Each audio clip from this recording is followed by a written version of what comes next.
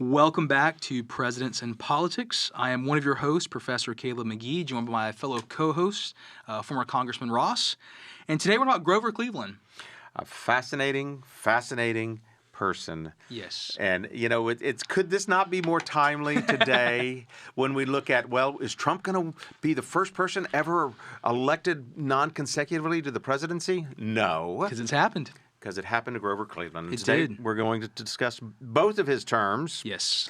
We won't address Benjamin Harrison. We'll do that later, who was the president in between his two terms. Who didn't really do a whole lot successfully, honestly, which we'll say that for next week. But which is also why somebody like Grover Cleveland gets reelected to the White House. Yeah, because Cleveland is not.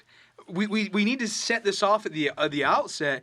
Cleveland's not a Washington or a Jefferson or a Roosevelt. He is not great of mind nor of stature. No. He's not that eloquent. He's a self-made lawyer. He is. And we talk a lot about average or below average leaders, and he's one of those below average leaders, yet he is able to successfully win an election, stay out of the White House for a term, and then come back and win again. And I think it goes to show you have to talk about this all the time. It goes to show you a few things. And one is being at the right place at the right time. And then two is just the providential hand of God moving behind the scenes. True. And speaking of the providential hand of God, I mean, his father was an itinerant Presbyterian minister who died, I think, when he was 16, when Grover Cleveland was 16. Because he was preparing to go to college, and all excited about college. His dad dies. He's got to go to work now. And he goes to work, and he law clerks. But what I think was fascinating is that he worked his way up as the prosecuting attorney. He became sheriff, and then was drafted to become the mayor of Buffalo, where he took on corruption. That's right. He received a tremendous reputation. I mean, just 3 years into his political career, all of a sudden, he's governor of New York. Yeah. And he took on Tammany Hall, which was the most corrupt machine in the political machine. Imagine corruption coming out of New York. I cannot. Can you even fathom how that could happen in politics? Yeah, this is well over 40 years ago. Yes.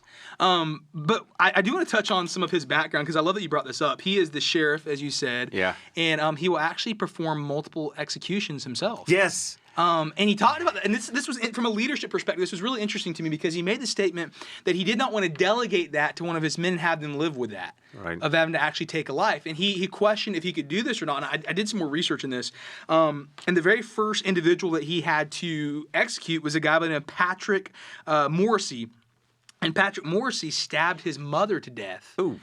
And basically Grover Cleveland was like, that's an individual he could put to death that would help him kind of break through the initial human hang-up of this. I'm trying to think of a way to word that. Kind of like an eye for an eye attitude. If you will. But he actually is not only a sheriff in this time period, he is an executioner. We know of at least two individuals that are documented that he took their life and could have been more in that position. But as you said, he was known for his honesty, and he was called the honest candidate.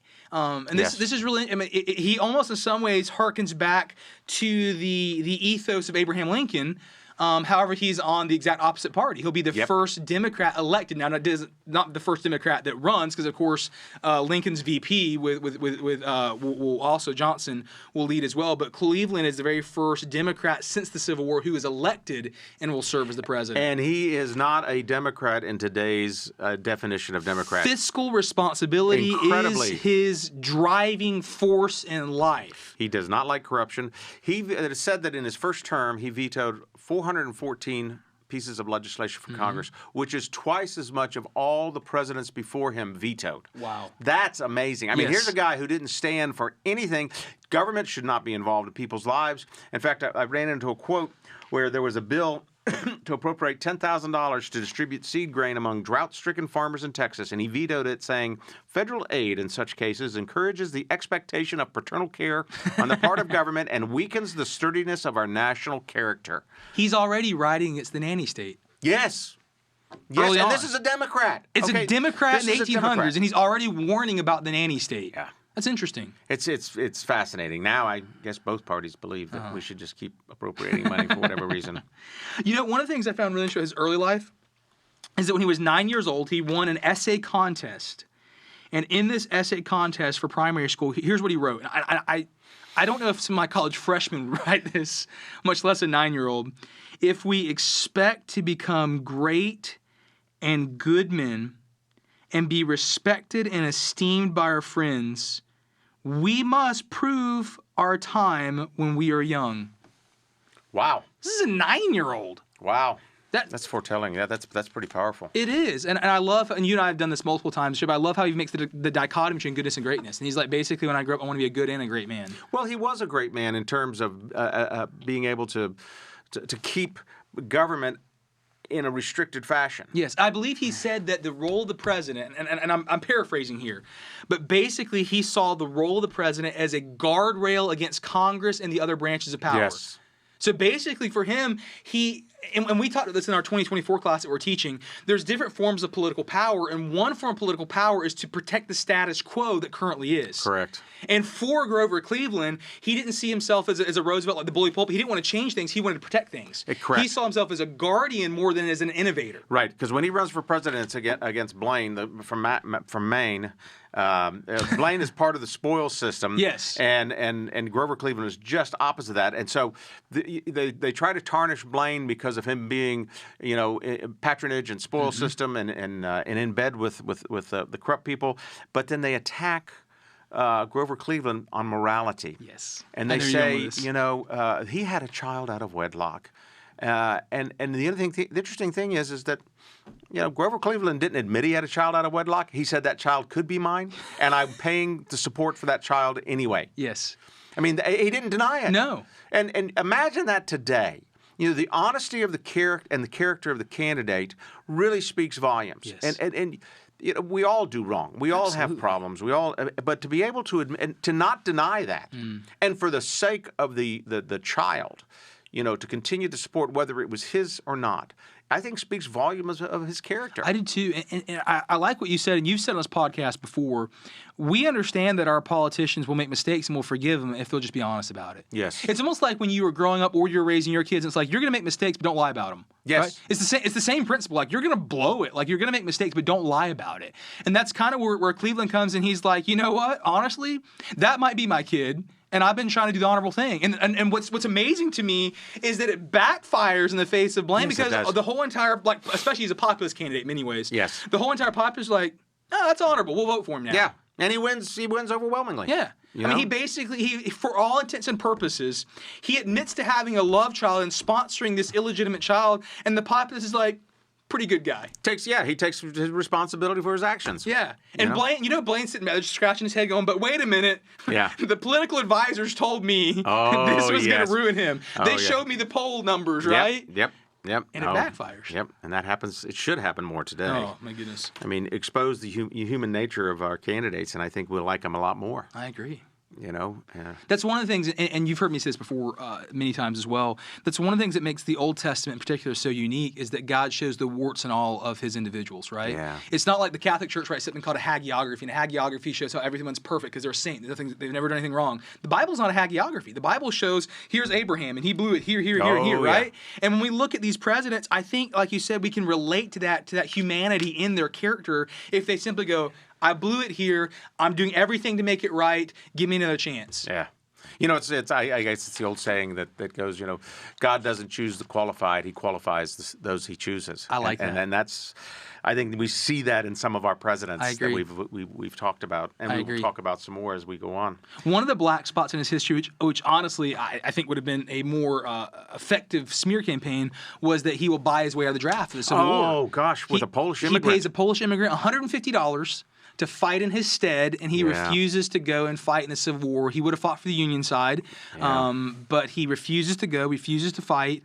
It's not on the principle of ideals. No. It's purely just on the principles of both convenience and I don't know, possibly fear. I don't want to judge. I don't want to judge the man. That wouldn't have played too well on a campaign today. Not in today's time, right? I mean, I know we've had some that have been accused of draft dodging, but to pay somebody to take your spot. And then admit that you paid someone. Yeah. Yeah. I mean, you admit it, everything, but some things you just can't overcome. Yeah. And again, I don't want to I don't know what was in his heart. I don't want to speak too harsh about that, but I just think that would have been a lot more effective of a smear campaign by Blaine than simply about his love child. But the one thing we have to say over and over and over again about Cleveland is he's just honest. He doesn't lie about that either. Well, he's like, I did it. I mean, he's just an honest guy. He is. And what's interesting is he's a bachelor when he gets into the White House. Yes. 47 years old. And that doesn't take long, though, before he changes that. No, and it's odd. Yes. The way that it plays out is a little odd. He'll marry someone almost 30 years his younger. She's 21 and he's 49 when they finally get married.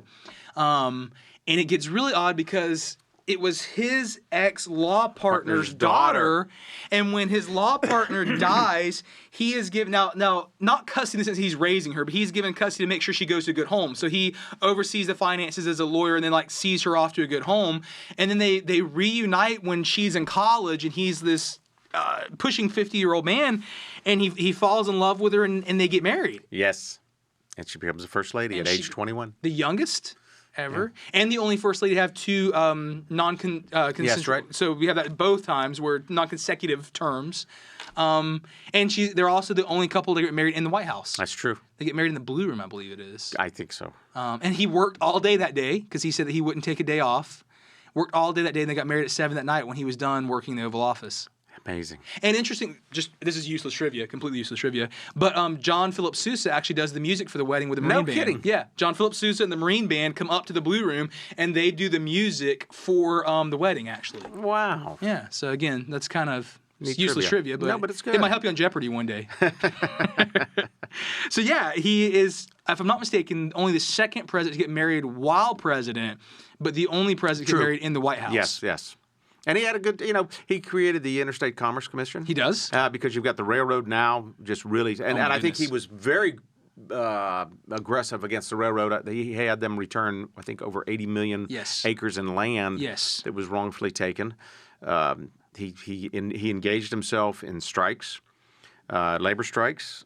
He was, in fact, as a result of, I think, the Pullman strike, the railroad strike in Chicago, was the genesis of Labor Day.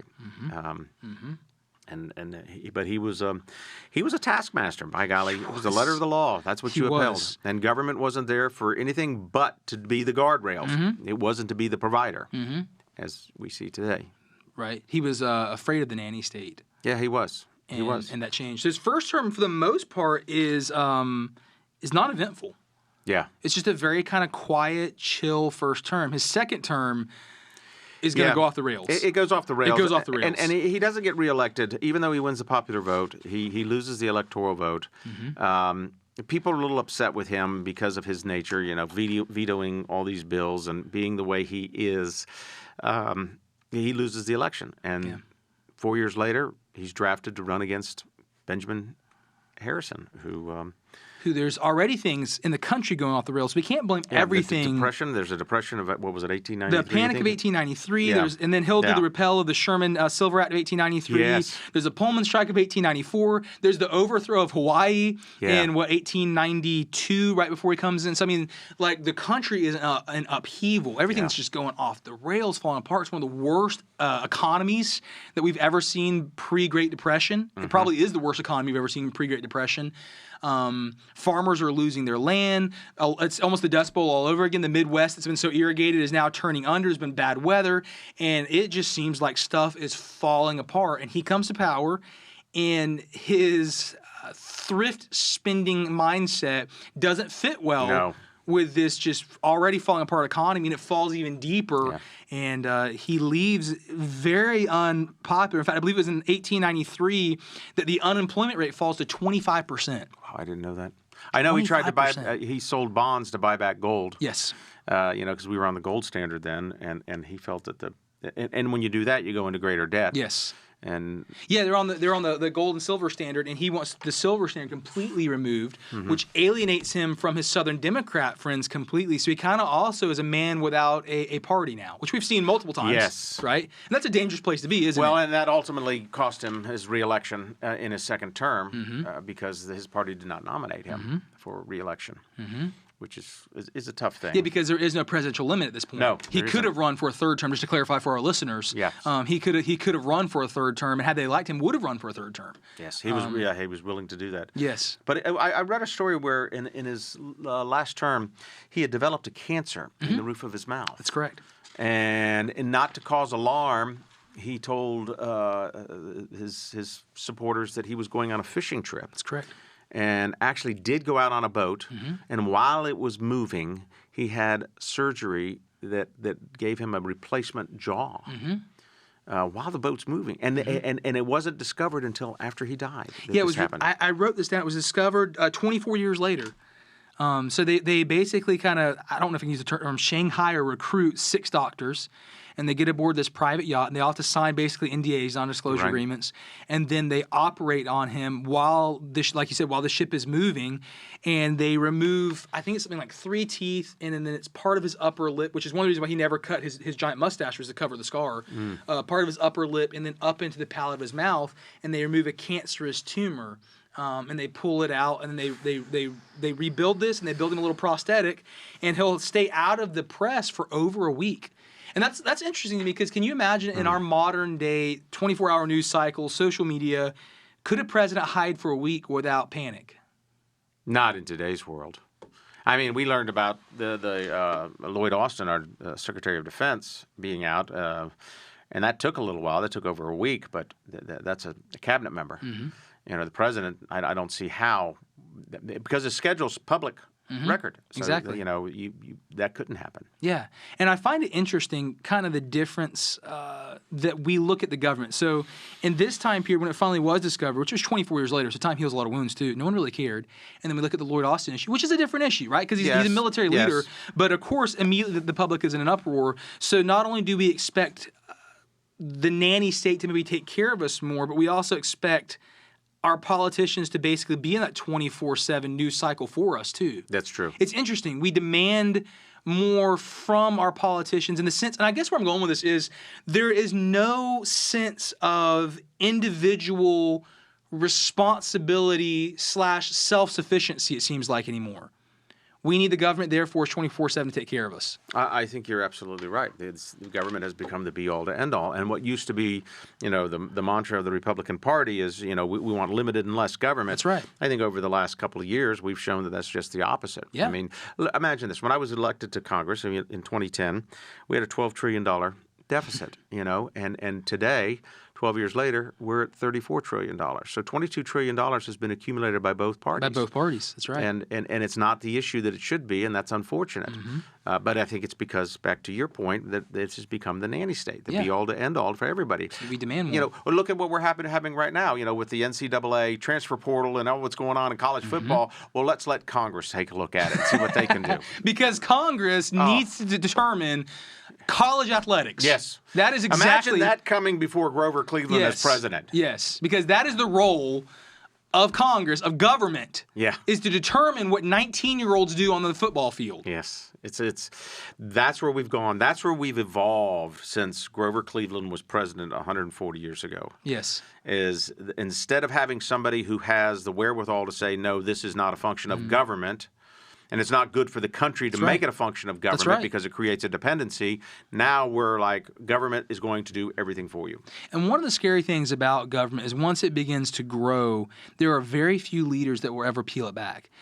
Thinking back, I mean, you'd probably have to go back to the 80s when Reagan started peeling back some of the layers, and then pre-Reagan... Show me a tax that they ever got rid of. Exactly. You know?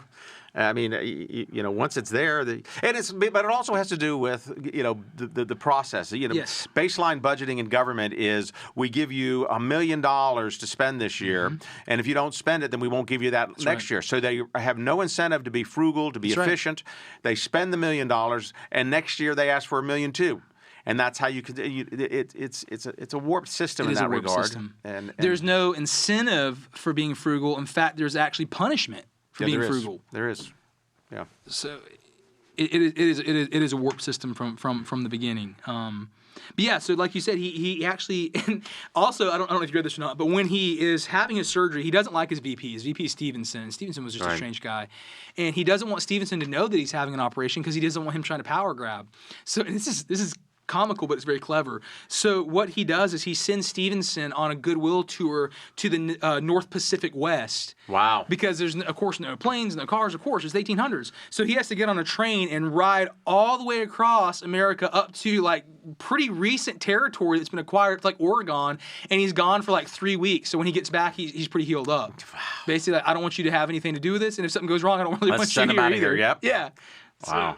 So, and politically, it's smart, though. Yeah. But let's talk about some of these issues in his second term. And of course, we have to start with the Panic of 1893. Yes. Because we talk about this over and over and over again, because today we're on the 22nd and 24th president. It's a little different. So we're 23 presidents in, 22, I guess, because he has it again. And yet the one thing we keep coming back to is the importance of the economy, right? And you and I made reference to this before, but Bill Clinton, or it was his chief of staff, made a statement so many years ago, it's the economy, stupid. Yeah. And if there is a diametric shift in 2024, as we can predict there possibly could be, strong possibility, the economy will be the number one reason why. Absolutely. It's the economy. Over and over and over again, it's the economy. Nothing will get a candidate, or even a seated candidate, voted out faster than a poor economy. Yeah, I mean, look what happened in 1992 with George H.W. Bush. Yes. You know, probably one of the most popular candidates ever after the Gulf War. Read my lips. Yep, it says No that, new taxes. and no new taxes. And sure enough, he signs into law new taxes, and the economy goes south. And people say, and that's when Clinton comes up and says, you know, it's the economy, stupid. And then holds 2 terms because he holds a very good economic standpoint. Yes. Yeah. Last president to ever balance a budget. Imagine that, right? Yeah, and that's been a while. Yeah, that has. 90, what was that, 90? 92 to 2000. Yeah, that's right, because then W comes in 2000, yeah. So, yeah, that's been quite a while. One of the things that I guess we could say that Grover does well, Grover Cleveland does very well, is that when he steps in, one of the issues that's taking place is the annexation of Hawaii. And I don't know how much you're familiar with the history of this, but it's done in a very, can we use the term diabolical way? So basically what's going on, just to give a very quick overview, is that Hawaii was a sugarcane state. It's not a state yet. It's just kind of a territory. But Hawaii still has a monarchy. They still have a royal family. But we had this accord where we worked with them. So the Queen of Hawaii basically is pushed out for all intents. I won't get into much of the history. It's pushed out for all intents and purposes, and there is a provisional government set up of basically white sugarcane farmers, and these white sugarcane farmers just start basically running the whole territory. Grover Cleveland comes to power, and he condemns the whole thing. He said, this is wrong, reinstate the Queen. And he, as a president, actually tells this provisional government, you must reinstate the Hawaiian monarchy. They refuse him. And they actually set up armaments that basically say, if you send the Marines over, we'll fight you. Cleveland doesn't push the issue, but he doesn't want to look weak either, so he just kicks the whole thing over to Congress and then steps away from it. I did not know that. And Congress won't really do anything about it, at least not for a temporary period of time. Eventually, they will take the Hawaiian Queen, they'll put her on trial. The whole thing is a debacle, and then eventually America, to kind of cover it, just quickly annexes it and makes it a state. Wow. But the whole thing is a debacle. And Cleveland actually says that morally, he's a PK, right? He's a pastor's kid. He says he's a man of faith. He says morally this is wrong. And basically, as the president, I am publicly condemning this and won't stand for this. But the presidential office is so not as powerful as it is now, he doesn't do anything about it. And that's interesting because in the Pullman strike in Chicago, he sends in the federal troops. And shoots into the crowd. Yeah, to enforce an injunction against the workers, the striking workers. And maybe as a self-trained lawyer, maybe it's his understanding of law that because it's a territory, he can't have as much power. True. I don't know. I don't know what his mindset maybe was. he doesn't feel like he has the jurisdiction. Maybe not. And in the United States, he does. And you've pointed this out, but he's a rule man. He's that guy who just carries the rule book around with him, right? That's just like his mindset. He's frugal. He's balanced budget. He's to the letter of the law, right? Yeah. That's who he is. And what's interesting, and not only that, but he's also gracious because when he runs against Benjamin Harrison for his second term, Benjamin Harrison's wife is suffering from tuberculosis, and Harrison cannot campaign. So, out of respect, Grover Cleveland doesn't campaign. Can you imagine a probably politician one of the most in quiet time? presidential elections that we've ever had, and he wins, but he respects his opponent's condition, if you will, and civility. Yeah, that'd be nice. Yeah, to see again by both candidates. Yeah, and by supporters. That's one thing that I think we miss is that we say, well, the candidates are screaming and yelling at each other. Well, it's a representative form of government, and you're doing the same thing. Yeah. What do you expect? I agree. The whole idea between Plato and Aristotle both, when you read early on, is that basically the state, the polis, gets the candidate they deserve, right? Exactly. And that's been said so much in modern day times. That's a Greek concept. Like the polis gets the candidate they deserve. It's representing who you are as a people group. You're right. And that's kind of scary for us in the last several. Well, it's really scary is if you don't vote. You have no choice in what you get then. Yes. Absolutely. No, but he is a man of faith. And I wrote this quote down. I found this really, really interesting. He made this statement. I have always felt that my training as a minister's son has been more valuable to me as a strengthening influence than any other incident in my life. Wow. I'm a PK, so I kind of get that. Yeah, I understand where he's coming yeah. from. But he says that growing up as a pastor's son and seeing the way that his dad conducted himself, the ethics, the integrity, he said that created more of a preparedness to be president than any other experience he had in his life. Well, that's not only powerful, but it's also true. I mean, Yes. the way he exercised his constitutional duties as president, I think were pretty admirable. They were so restrained. Very restrained. Very restrained. Yeah, unimaginative, some would say, because Yes. and that may have cost him his reelection the first time. Mm-hmm. Of course, he didn't get nominated again, and William Jennings Bryan was instead, and William Jennings Bryan lost that election. Yes, he did. So, But he's not an innovator. He's a protector. He He sees is. himself as a guardian. Yes. He's a guardian of the ideals of the founding father. And honestly, that's not that bad of an idea. Like I thought No. about that a lot this weekend as I was just refreshing my mind, reading back through it, and I thought, I don't know if that's that bad. Maybe we should have people again who go, you know what, I'm not an innovator. I'm not reinventing the wheel. I'm just a guardian of the original ideals. yeah. You and I talk a lot about founder's intent, Right. author's intent. Like founder's intent matters. We can't constantly reinvent something that we didn't create. Yeah, he's a steward of the people's trust, Yeah. which is hard to imagine anymore. That's an interesting concept. He also made, again, in closing, he also said that the only reason why he was successful in political office was because of the prayers of his mother. Wow, the intercessory prayers. You And I love like that. that. I love that. I like that. Yeah, I can relate. Just me too, in a very, very large way. But I just feel like to have leaders who would yet again stand up and say, we want to do things the right way, and we want to guard and protect founders' intent, Yeah, and be fiscally responsible while doing it. yeah. Now, did he do everything right? No. None of them No. ever will. There- None of them ever will. There's some weird stuff, and of course, his marriage was odd. But again, I mean, she's an adult when he marries, or we don't Yeah. see anything that there's Right. anything going on before that. But it's still super odd.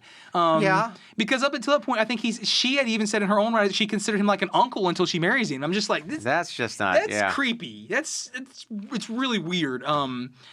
But then later she'll write that she had a super happy marriage. They were married for like 22 years, and how she loved him. She's got this happy marriage, but it's a really odd thing. It's a Yeah. super odd, Probably wouldn't be creepy. accepted. Yeah. No, and probably rightfully so, right? Yeah. It's just a creepy deal. It's like some kind of Alabama thing, right? Oh, yeah. Where Like Jerry Lee Lewis marrying his cousin, you know? right? So yeah, or the Roosevelts who marry their cousins. Yes, you're right. I mean, Yes. it's a Yeah. presidential thing. I don't know. Yes.